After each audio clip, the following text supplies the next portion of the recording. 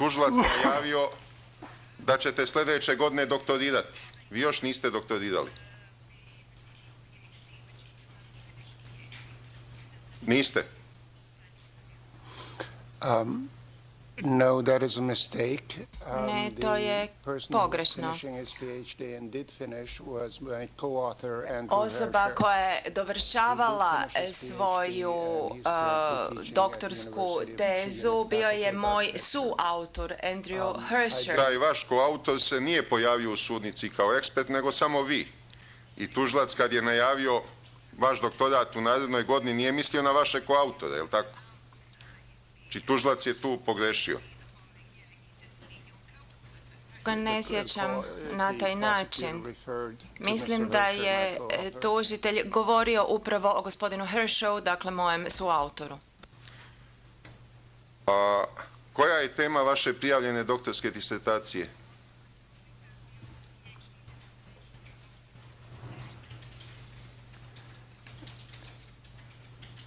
Well, I don't have one in progress at this point. U ovom trenutku nemam pravu temu. Ja sam se bavio 17. stoljetnom poviješću Otomanskog carstva na Balkanu. Doktorska disertacija. Ali sve dok nadležna komisija ne odobri temu vaše doktorske disertacije, vi nemate pravo da se nazivate doktorandom, je li tako? Je odobrila temu za mene i jedino što ja kažem je da još nisam dovršio. Tema se bavi otomansko-perzijskim odnosima. Pa ja sam vas to pitao, vi ste rekli da nemate temu, nego ste mi pričali čime se bavite.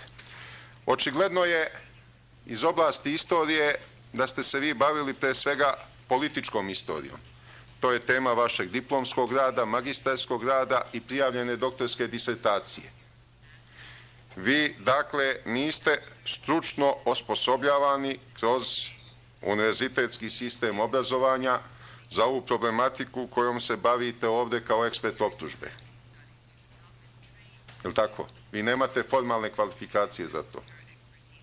Gospodine, ja bih vam na to odgovorio da moje sveučilišno obrazovanje do sada je bilo prije više od 35 godina. Većinu toga razdoblja, 24 godine, sam radio kao direktor Dokumentacijskog centra za islamsku arhitekturu. Ako sam ja pravnik po struci, ako bih postao direktor gradskog vodovoda i kanalizacije, da bi mogao da se predstavljam ekspertom za hemijski sastav vode ili za biološke uslove kanalizacionog sistema. Je li tako? To bi otprilike bilo isto. Jedno je biti direktor jedne ustanove i obavljati upravnu funkciju, a drugo je biti ekspert za jednu sasvim konkretnu naučnu disciplinu kao što je istorija umetnosti, istorija arhitekture u užem smislu, a u najužem smislu istorija islamske arhitekture. Je li tako? Formalnih kvalifikacija za tako nešto vi nemate. Da li sam u pravu? Sam pohađao tečajeve, seminare, pisao sam i objavljivao članke na temu islamske arhitekture. Pa stoga pretpostavljam, ako se počnete baviti nekom drugom profesijom i ako se njome bavite 2,5 desetljeća, onda svakako stječete određenu ekspertizu. Jer vi ste onda priučeni stručnjak za određenu oblast. Naprimjer, ako ste diplomirali istoriju, magistrirali istoriju i prijavili doktorsku disertaciju iz istorije, a možete da se bavite medicinom jer vas interesuje medicina i napišete nekoliko tekstova iz oblasti medicine, ne možete postati ekspert za medicinu. To se zove nadrilekar onda, je li tako? I ja volim lepu književnost, ali nisam ekspert za lepu književnost, je li tako? Poštovanje opet ne slažem s vama. Ono o čemu vi ovdje govorite su dva bliska polja u društvenim znanostima. U vašem ekspertskom izveštaju afirmisali isključivo kao fotoreporter. Mi nemamo nijedno stručno objašnjenje vrednosti nekog uništenog kulturnog objekta.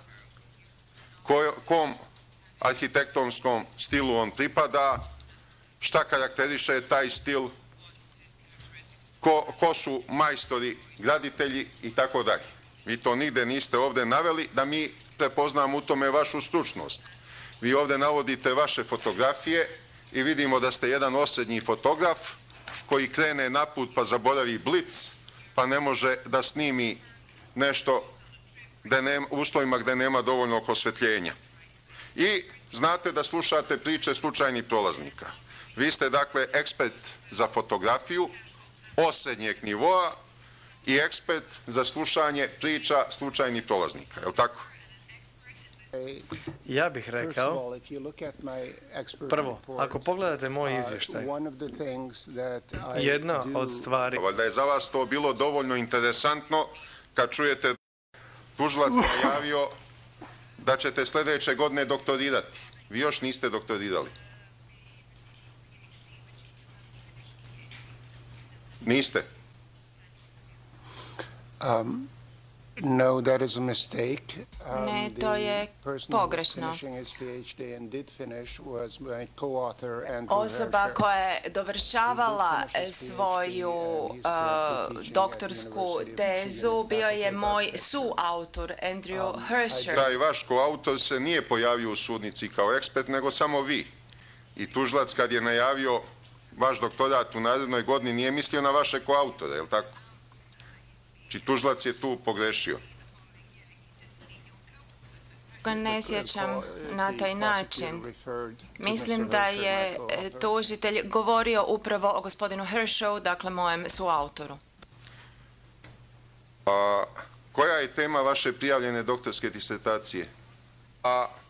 Možete da se bavite medicinom jer vas interesuje medicina i napišete nekoliko tekstova iz oblasti medicine, ne možete postati ekspert za medicinu. To se zove nadrilekar onda, je li tako? Ja volim lepu književnost, ali nisam ekspert za lepu književnost, je li tako? Poštovanje opet ne slažem s vama. Ono o čemu vi ovdje govorite su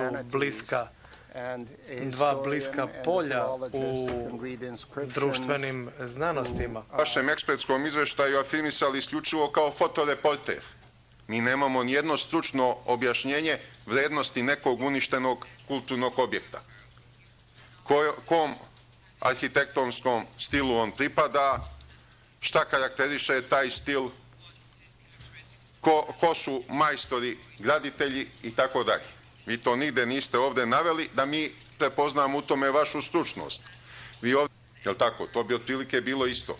Jedno je biti direktor jedne ustanove i obavljati upravnu funkciju, a drugo je biti ekspert za jednu sasvim konkretnu naučnu disciplinu kao što je istorija umetnosti, istorija arhitekture u užem smislu, a u najužem smislu istorija islamske arhitekture, je li tako? Formalnih kvalifikacija za tako nešto vi nemate. Da li sam u pravu? Sam pohađao tečajeve, seminare, pisao sam i objavljivao članke na temu islamske arhitekture. Pa stoga pretpostavljam, ako se počnete baviti nekom drugom profesijom i ako se njome bavite 2,5 desetljeća, onda svakako stječete određenu ekspertizu. Jer vi ste onda priučeni stručnjak za određenu oblast. Naprimjer, ako ste diplomirali istoriju, magistrirali istoriju i prijavili doktorsku disertaciju iz istorije,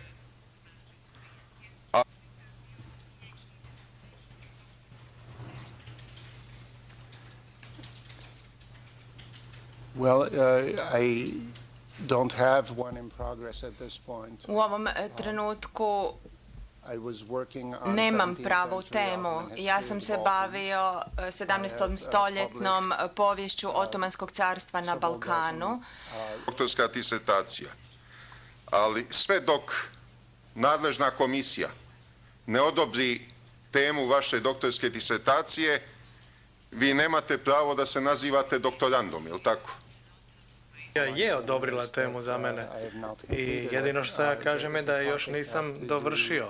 Tema se bavi otomansko-perzijskim odnosima. Pa ja sam vas to pitao, vi ste rekli da nemate temu. nego ste mi pričali čime se bavite. Očigledno je iz oblasti istorije da ste se vi bavili pre svega političkom istorijom. To je tema vašeg diplomskog rada, magistarskog rada i prijavljene doktorske disertacije. Vi, dakle, niste stručno osposobljavani kroz univerzitetski sistem obrazovanja za ovu problematiku kojom se bavite ovde kao ekspert optužbe. Je li tako? Vi nemate formalne kvalifikacije za to. Gospodine, ja bih vam na to odgovorio da moje sveučilišno obrazovanje do sada je bilo prije više od 35 godina. Većinu toga razdoblja, 24 godine, sam radio kao direktor dokumentacijskog centra za islamsku arhitekturu. Ako sam ja pravnik po struci, ako bi postao direktor gradskog vodovoda i kanalizacije, da bi mogao da se predstavljam ekspertom za hemijski sastav vode ili za biološke uslove kanalizacionog sistema.